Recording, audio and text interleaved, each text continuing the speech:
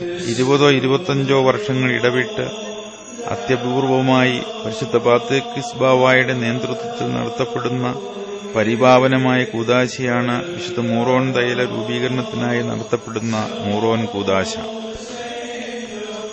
ശുദ്ധമായ ഒലിവെണ്ണയും സുഗന്ധദ്രവ്യങ്ങളും പ്രാർത്ഥനകളോടും ദിവ്യമായ മന്ത്രോച്ചാരണങ്ങളോടും കൂടി ശ്രേഷ്ഠ മഹാപുരോഹിതൻ മെത്രാപ്പോലിത്തന്മാരുടെയും വൈദികരുടെയും ശമ്മാശന്മാരുടെയും സഹകരണത്തോടെ വാഴ്ത്തി അനുഗ്രഹിച്ച് അവ പരസ്പരം സംയോജിപ്പിച്ചാണ് വിശുദ്ധ മൂറോൻ തൈലം രൂപീകരിക്കുന്നത്.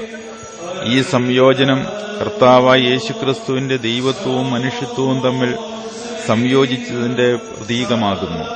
ക്രിസ്തുവിനെ പ്രതിനിധീകരിച്ചുകൊണ്ട് ശ്രേഷ്ഠ മഹാപുരോഹിതനും കൂടാതെ മേൽപ്പട്ടക്കാരും പട്ടക്കാരും ശമ്മാശന്മാരും ഒരുമിച്ച് നിന്ന് പ്രാർത്ഥിക്കുമ്പോൾ സ്വർഗം തുറക്കുകയും സ്വർഗോന്നതികളിൽ നിന്ന് ദൈവത്തിന്റെ പരിശുദ്ധാത്മാവ് ഇറങ്ങിവന്ന് മൂറോൻ തൈലത്തിന്മേൽ ആവസിച്ച് അതിനെ പരിശുദ്ധാത്മശക്തിയുടെ നിറകുടമാക്കി തീർക്കുകയും ചെയ്യുന്നു. വിശുദ്ധ മൂറോൻ തൈലം കൊണ്ട് അഭിഷേകം ചെയ്യപ്പെടുന്ന വ്യക്തികൾ അതുവഴി പരിശുദ്ധാത്മാവിനെ പ്രാപിക്കുകയും അവർ ദൈവത്തിന്റെ മക്കളായിത്തീരുകയും ചെയ്യുന്നു. മുളന്തുരുത്തി മാർത്തോമൻ പള്ളിയിൽ വെച്ച് 1876 1911 മണർകാട് വിശുദ്ധ മർത്തമറിയം പള്ളിയിൽ വെച്ച് 1982 പരിശുദ്ധ പാത്രിക്കീസ് ബാവാന്മാരുടെ നേതൃത്വത്തിൽ ഇതിനു മുൻപ് മൂറോൻ കൂദാശ നടത്തപ്പെട്ടിട്ടുണ്ട്. മലങ്കരയിലെ മക്കളെ രക്ഷിക്കുന്നതിനു വേണ്ടി പ്രായാധിക്യവും രോഗവും വകവയ്ക്കാതെ കാടും മലയും നദികളും താണ്ടി മലങ്കരയിലെ എത്തി കോതമംഗലത്ത് കാലം ചെയ്ത മാർത്തോമൻ പള്ളിയിൽ അന്ത്യവിശ്രമം കൊള്ളുന്ന എൽദോമാർ ബസേലിയോസ് ബാവായുടെ കബറിടം സ്ഥിതി ചെയ്യുന്ന ദേവാലയത്തിൽ വെച്ച് വിശുദ്ധ മൂറോൻ കൂദാശ നടത്തുന്നത് പരിശുദ്ധ സഭയെ സംബന്ധിച്ചിടത്തോളം ഒരു ചരിത്ര സംഭവമായിരുന്നു.